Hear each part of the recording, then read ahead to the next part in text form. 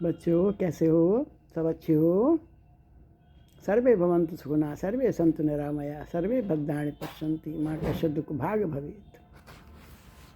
तो पहले हम गीता माँ की आरती की 2 लाइन आज जोड़ेंगे इसमें।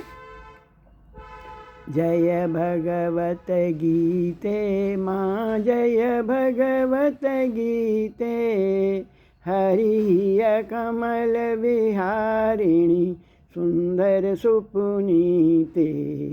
जय भगवत गीते, कर्म सुमर्म प्रकाशिनी, कामासक्ति हरा, तत्वज्ञान विकासिनी, विद्या ब्रह्म परा। जय भगवत गीते। अब हम अगला श्लोक देखेंगे जो हमने उस दिन पढ़ा था। देवी हर्षा गुणमयी मम माया दुरतया, मावेव ये प्रपदन्ते माया मेताम तरिन्ते। पहले हमने सुनी थी व्याख्या पहले श्लोक की। जो मनुष्य भगवान को न देखकर गुणों को देखते हैं, अर्थात गुणों की स्वतंत्र सत्ता मानते हैं, वे गुणों से मोहित हो जाते हैं। यद्यपि परमात्मा का अंश होने से जीवात्मा भी गुणातीत है, तथापि गुणों की सत्ता और महत्ता देने से वह भी गुणमय जगत बन जाता है। इसी कारण इस श्लोक में जीवात्मा को जगत कहा गया है। जगत बना हुआ जीवात्मा शरीर संसार को ही मैं मेरा मेरे लिए मान लेता है, मेरा उसे ध्यान भी नहीं रहता। जो श्लोक पढ़ा था उसका अर्थ है, क्योंकि मेरी यह गुणमयी देवी माया दुरत्य है, त्रिगुण वाली, सात्विक राजस और तामस, अर्थात इससे पार पाना बड़ा कठिन है। जो मनुष्य भगवान की गुणमयी माया तीनों गुणों की स्वतंत्र सत्ता और महत्ता मानते हैं, उनके लिए इस माया से पार पाना बहुत ही कठिन है। यह गुणमयी माया है तो भगवान की, भगवान बोलते हैं मम माया, पर जीव इसे अपनी और अपने लिए मानकर बंध जाता है।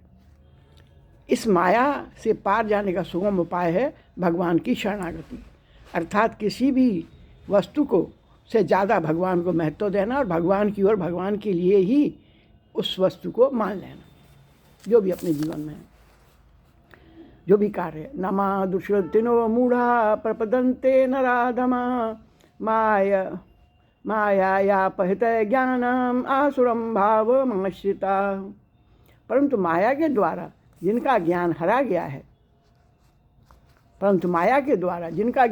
गया है, वे आसुर भाव को आश्रय लेने वाले और मनुष्यों में महान नीच तथा पाप करने वाले मूढ़ मनुष्य मेरी शरण में नहीं होते।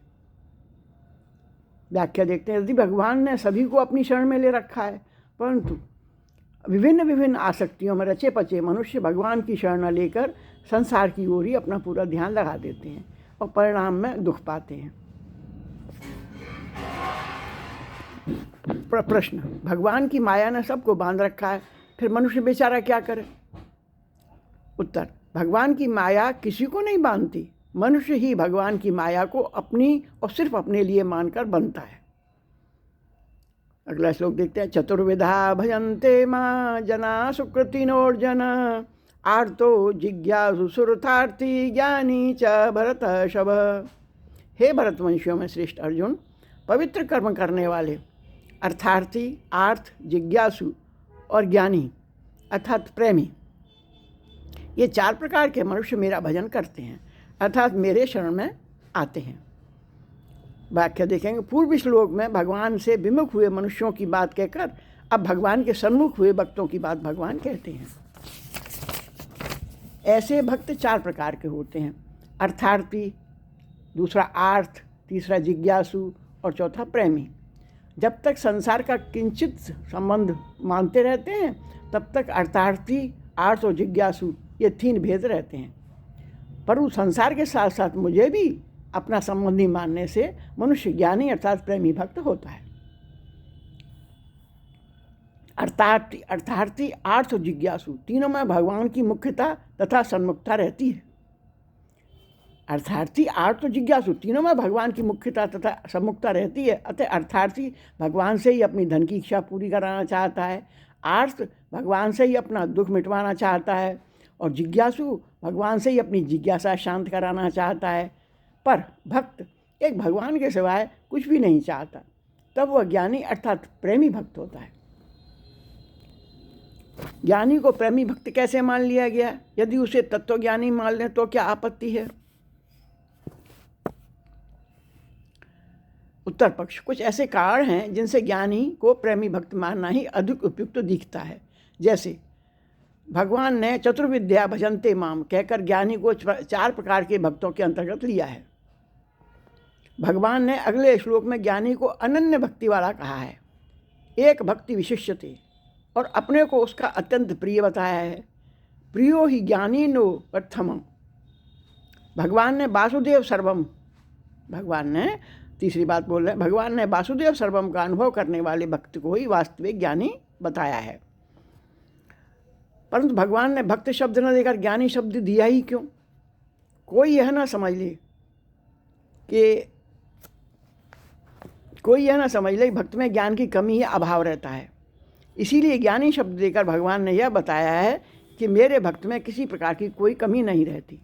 तत्वज्ञानी को तो ब्रह्म का ज्ञान होता है, पर भक्त को विज्ञान सहित ज्ञान का अर्थात समग्र का ज्ञान होता है। तेषां ज्ञानी नित्ययुक्त एक भक्ति विशिष्यते, प्रियो ही ज्ञानीनो धर्म सच मम प्रिय। उन 4 भक्तों में मुझ में निरंतर लगा हुआ अनन्य भक्ति वाला अर्थात ज्ञानी अर्थात प्रेमी भक्त श्रेष्ठ है, क्योंकि ज्ञानी भक्त को मैं अत्यंत प्रिय हूँ और वह मुझे अत्यंत प्रिय है। व्याख्या, अर्थार्थी, आर्थ और जिज्ञासु सर्वथा भगवान के सन्मुख नहीं होते, परंतु प्रेमी भक्त निष्काम होने से सर्वथा भगवान के सन्मुख होता है। इसीलिए भक्त और भगवान दोनों में परस्पर प्रतिक्षण वर्तमान प्रेम की लीला चलती रहती है। उदाहरा सर्व एवेते ज्ञानी त्वामेव मे मतम आस्थितम स युक्तात्मा मामेवानुत्तमा गतिम। पहले कहे हुए सबके सब 4 ही भक्त बड़े उदार और श्रेष्ठ भाव वाले हैं, परंतु ज्ञानी प्रेमी तो मेरा स्वरूप ही है, ऐसा मेरा मत है। कारण कि वह मुझसे अभिन्न है और जिससे श्रेष्ठ दूसरी कोई गति नहीं है, ऐसे मुझ में ही दृढ़ स्थित है। व्याख्या देखते, अर्थार्थी, आर्थ और जिज्ञासु भक्त को उदार कहना वास्तव में भगवान की अपनी उदारता है। उनको उदार कहने का तात्पर्य है कि वे संसार के विमुख होकर, वे संसार के साथ साथ भगवान की ओर होकर भगवान के सन्मुख हो गए।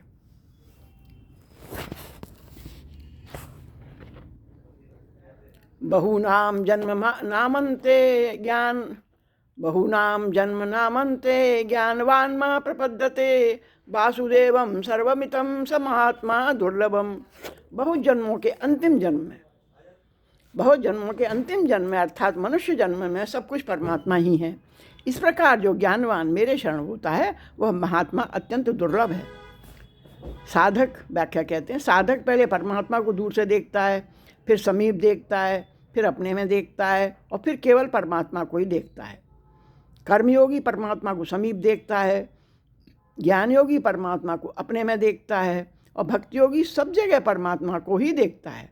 सब कुछ परमात्मा ही है, ऐसा अनुभव करना ही असली शरणागति है। अर्थात केवल शरण ही रह जाए, शरणागति कोई रहे ही नहीं। वासुदेवम सर्वम, यह गीता का सर्वोच्च सिद्धांत है। हमारी दृष्टि में सर्वम संसार की सत्ता है, इसीलिए भगवान ने हमें समझाने के लिए वासुदेव सर्वम कहा है। वास्तव में वासुदेव ही वासुदेव हैं, सर्वम है ही नहीं। कारण कि असत होने से सर्वम की सत्ता विद्यमान ही नहीं है। नासतो विद्यते भाव, गीता 2 अध्याय 16वां श्लोक। अब इसका उदाहरण देकर समझाते हैं। जैसे खेत में पहले भी गेहूँ बोया गया था और अंत में भी गेहूँ ही निकलेगा, पर बीच में हरी हरी घास दिखने पर भी वह गेहूँ की खेती कहलाती है। उसे गाय खा जाए तो किसान कहता है कि गाय हमारा गेहूँ खा गई, जबकि गाय ने गेहूँ का एक दाना भी नहीं खाया। इसी प्रकार सृष्टि के पहले भी परमात्मा थे और अंत में भी परमात्मा ही रहेंगे, पर बीच में परमात्मा न दिखने पर भी सब कुछ परमात्मा ही है। पर बीच में परमात्मा न दिखने पर भी सब कुछ परमात्मा ही है। जैसे गेहूँ से उत्पन्न खेती भी गेहूँ ही है, ऐसे ही परमात्मा से उत्पन्न सृष्टि भी परमात्मा ही है। परमात्मा ने कहीं से सामान मंगवाकर सृष्टि नहीं बनाई, प्रत्युत वे खुद ही सृष्टि रूप बन गए। अतः सृष्टि भगवान का प्रथम अवतार है। आधु अवतारो यत्रासो भूतगामो विभाव्यते।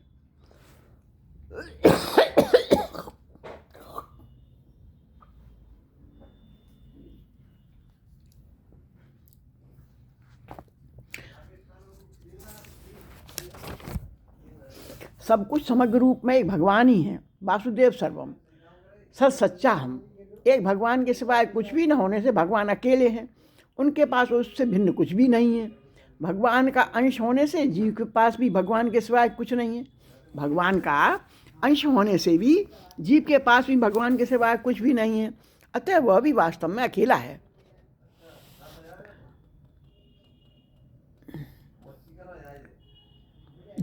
यह जीव भगवान के सिवाय भूल से भी जिसको भी अपना मानता है वह सब असत है, त्याज्य है, मिलने और बिछोड़ने वाला है। तात्पर्य है कि भगवान भी अकिंचन है और उसका अंश जीव भी। इसलिए भगवान ने रुक्मिणी से कहा था, निष्किंचना वयम शश्वनी किंचन जनः प्रिया। हम सदा के लिए अकिंचन है, अकिंचन भक्तों से ही हम प्रेम करते हैं तथा वे हमारे से प्रेम करते हैं। कामेस्ते स्ते हिति ज्ञानं प्रपदन्ते न देवता ततम नियमास्थाय प्रकृत्य नियता स्वया। व्याख्या। जो मनुष्य भगवान से विमुख है और संसार के सन्मुख है, वे अपनी सांसारिक कामनाओं की पूर्ति के लिए ही विभिन्न देवताओं की शरण लेते हैं। सांसारिक भोग और संग्रह की कामना के कारण सब कुछ भगवान ही है। देवताओं के रूप में भी एक भगवान ही है, यह ज्ञान उनका ढक जाता है। पूर्व पक्ष। 16वें श्लोक में वर्णित अर्थार्थी और आर्त भक्त में भी क्रमशः धन पाने की और दुख दूर करने की कामना है। फिर इस श्लोक में वर्णित कामना वाले मनुष्यों को गलत क्यों कहा गया? उत्तर पक्ष। दोनों प्रकार के मनुष्यों में परस्पर बड़ी भिन्नता है। 16वें श्लोक में वर्णित मनुष्य भक्त है और इस श्लोक में वर्णित मनुष्य सांसारिक है। भक्तों में भगवान की मुख्यता है और सांसारिक मनुष्यों में कामना पूर्ति की मुख्यता है। भक्त एक भगवान का ही आश्रय लेते हैं, पर सांसारिक मनुष्य अनेक देवी देवताओं का आश्रय लेते हैं, क्योंकि उन्हें कामना पूर्ति से मतलब है, देवताओं से, भगवान से नहीं। यो यो यायाम तनु भक्त श्रद्धायार्चितुमिच्छति तस्य तस्याम चलाम श्रद्धाम तामेव विदिधाम्यहम्। कितनी बढ़िया बात करते हैं भगवान। देखो, जो भक्त जिस देवता का श्रद्धापूर्वक पूजन करना चाहता है, उस देवता में ही मैं उसी श्रद्धा को दृढ़ कर देता हूँ। संसार में प्राय देखा जाता है कि मनुष्य दूसरे मनुष्यों को अपनी तरफ लगाना चाहते हैं कि वे मुझ पर श्रद्धा रखें। संसार में प्राय देखा जाता है कि मनुष्य दूसरे मनुष्यों की अपनी तरफ लगाना चाहते हैं कि वे मुझ पर श्रद्धा रखें, वे मेरे शिष्य बने, मेरा सम्मान करें, मेरे संप्रदाय की बात को माने, मेरी आज्ञा माने। परंतु सर्वोपरि होते हुए भी भगवान के स्वभाव में यह बात नहीं है। जो मनुष्य जहाँ लगना चाहता है भगवान ने उसे वहीं लगा देते हैं। यह भगवान का पक्षपात रहित स्वभाव है। सतया श्रद्धया युक्तस्तस्य राधा नमीहते लभते च ततः कामान् मय्येव विहितानि तान्। उस मेरे द्वारा दृढ़ की हुई श्रद्धा से युक्त होकर वह मनुष्य देवता की सकाम भावपूर्वक उपासना करता है, उसकी वह कामना पूरी भी होती है, परंतु वह कामना पूर्ति मेरे द्वारा ही विहित की हुई होती है। और समझाते हैं भगवान ही मनुष्य की श्रद्धा को उसकी इच्छा के अनुसार अन्य देवताओं में दृढ़ कर देते हैं और वही अन्य देवताओं के द्वारा मनुष्य की कामनाओं की पूर्ति करवाते हैं। यह भगवान की उदारता है। परंतु मनुष्य यही समझता है कि अन्य देवताओं की उपासना से मेरी कामना पूर्ति हुई है। वास्तव में सभी देवता भगवान के अधीन हैं। उन्हें कामना पूर्ति का अधिकार और सामर्थ्य भगवान का ही दिया हुआ है। अंतवंतु फलम तेषां त्वद्धन्त्यल्पमेधसां देवान् देव यजो यान्ति भक्ता यान्ति मामपि। परंतु उन तुच्छ बुद्धि वाले मनुष्यों को उन देवताओं की आराधना का फल परंतु उन छोटी बुद्धि वाले मनुष्यों को उन देवताओं की आराधना का फल अंत वाला नाशवान ही मिलता है। देवताओं का पूजन करने वाले देवताओं को प्राप्त होते हैं और मेरे भक्त मुझे ही प्राप्त होते हैं। जो मनुष्य सकाम भाव से रखने वाले तथा देवताओं को भगवान से भिन्न समझने वाले हैं, उन्हें नाशवान फल की प्राप्ति होती है।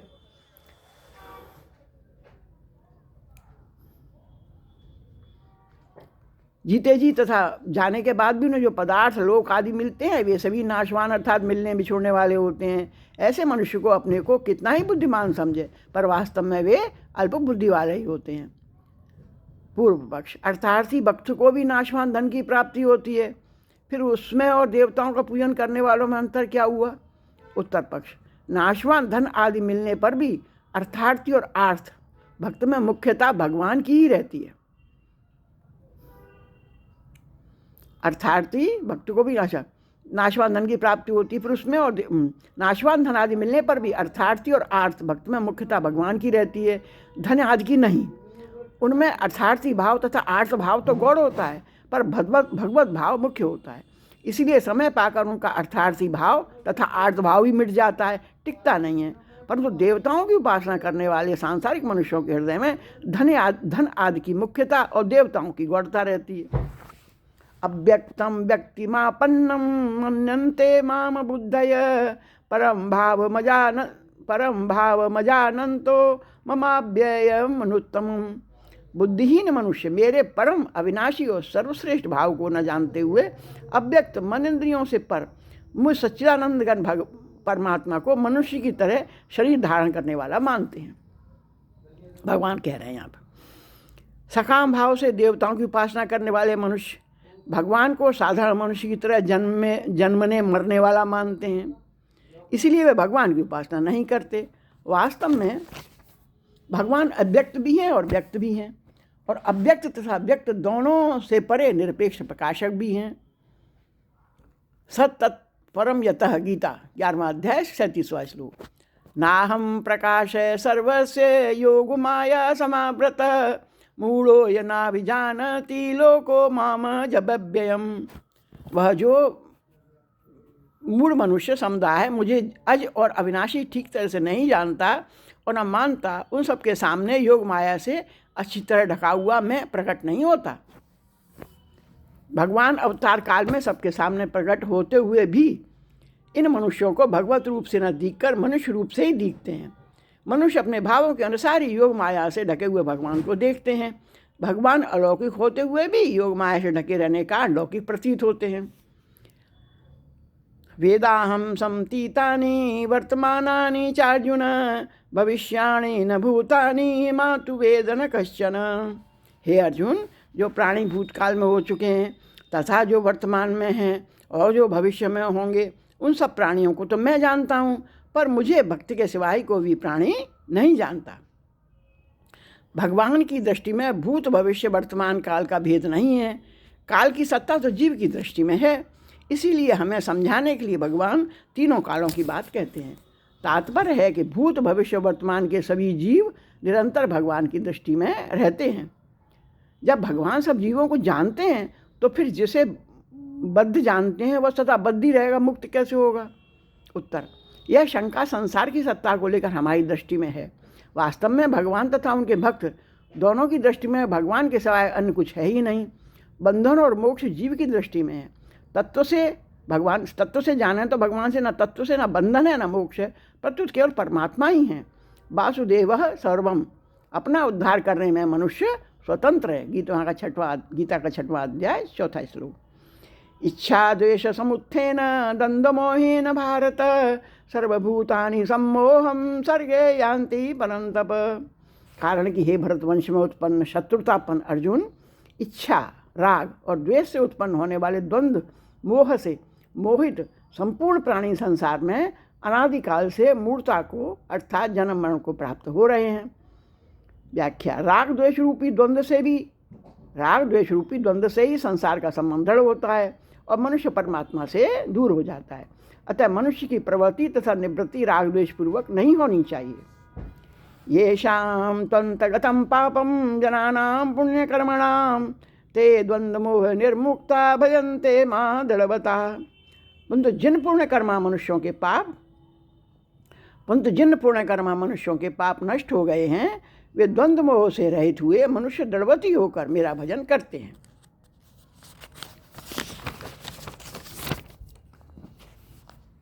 राग द्वेष से रहित होने पर मनुष्य परमात्मा के सन्मुख हो जाता है।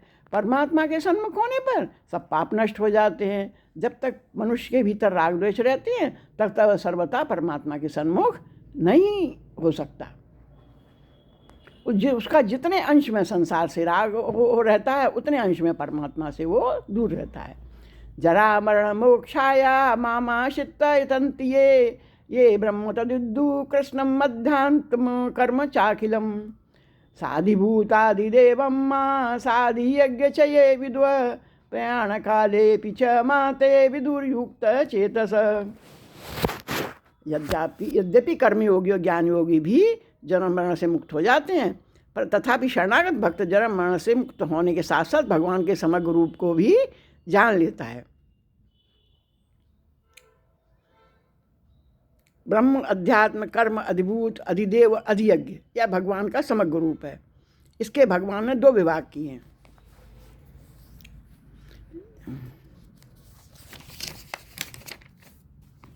विज्ञान सहित ज्ञान का अर्थात यह भगवान कहते हैं विज्ञान सहित ज्ञान का अर्थात भगवान के समग्र रूप का वर्णन करने का तात्पर्य यही है कि जड़ चेतन, सत असत, परा अपरा, क्षेत्र क्षेत्रज्ञ, क्षर अक्षर आदि जो कुछ भी है वह सबका सब एक भगवान का ही स्वरूप है। अर्जुनोवाच कि तदम ब्रह्म कि मध्यात्म कि कर्म पुरुषोत्तम अधिभूतम च किम प्रोक्तमधिदेवम किमुच्यते अधियज्ञम कथम कोत्रम देहेस्मिन् मधुसूदनम प्रयाण काले च कथम योग्यसी नियतात्म भी। अर्जुन बोले, हे पुरुषोत्तम, वह ब्रह्म क्या है, अध्यात्म क्या है, कर्म क्या है, अधिभूत किसको कहा गया है और अधिदेव किसको कहा जाता है, यहाँ अधियज्ञ कौन है और वह इस देह में कैसे है। हे मधुसूदन, वशीभूत अंतःकरण वाले मनुष्यों के द्वारा आप कैसे जानने में आते हैं। भगवान उवाच अक्षरम ब्रह्म परम स्वभावोध्यात्मुच्यते भूतभावोत्करो विसर्ग कर्म संगीतम। परम, भगवान बोले परम अक्षर ब्रह्म है। अब इसको हम आगे जानेंगे। इस श्लोक को बहुत ही अच्छा श्लोक है, इसको हम अगले उसमें लेंगे। और तब तक आप सबको नमन, आप सबको बंधन। और बहुत देर हो जाती इस एपिसोड को बनाने में। और मैं परसों एक परिवार के बच्चे की रिंग सेरेमनी में बेंगलोर कल शाम को बेंगलोर पहुंचूँगी, कल सुबह यहाँ से निकलूँगी। तो मेरा एक संदेश है कि कुछ बच्चे ऐसे हैं परिस्थितियों के कारण कुछ सुन पढ़ लेते हैं तो वो शादी से भी थोड़ी सी डरने लगते हैं, लेकिन बच्चियों कोई डर नहीं है। संसार को पूरा जी के जाना चाहिए और हर चीज़ की समस्या आने पर हर चीज़ का समाधान अपने आप हो जाता है। और फिर हमें इतनी चिंता की क्या ज़रूरत है, हमारे साथ भगवान है, हमारे साथ परिवार है ना। तो इसीलिए कभी भी किसी चीज़ में आगे बढ़ने में, बच्चे पैदा करने में, शादी करने में हमको क्यों सोचना। ये पूरा का पूरा हम जीवन जी के जाएंगे, भगवान कितने खुश होंगे, है ना। उन्होंने ही तो ये संसार बनाया, फिर उसको बढ़ाना भी चाहते हैं और संसार चलता रहे वो ये भी चाहते हैं, है ना। तो आप सबको नमन, बंदन, व्यास जी के मुनियों के चरणों में नमन और माँ गीता का कोट कोट अभिनंदन करोड़ों करोड़ों वर्षों के लिए।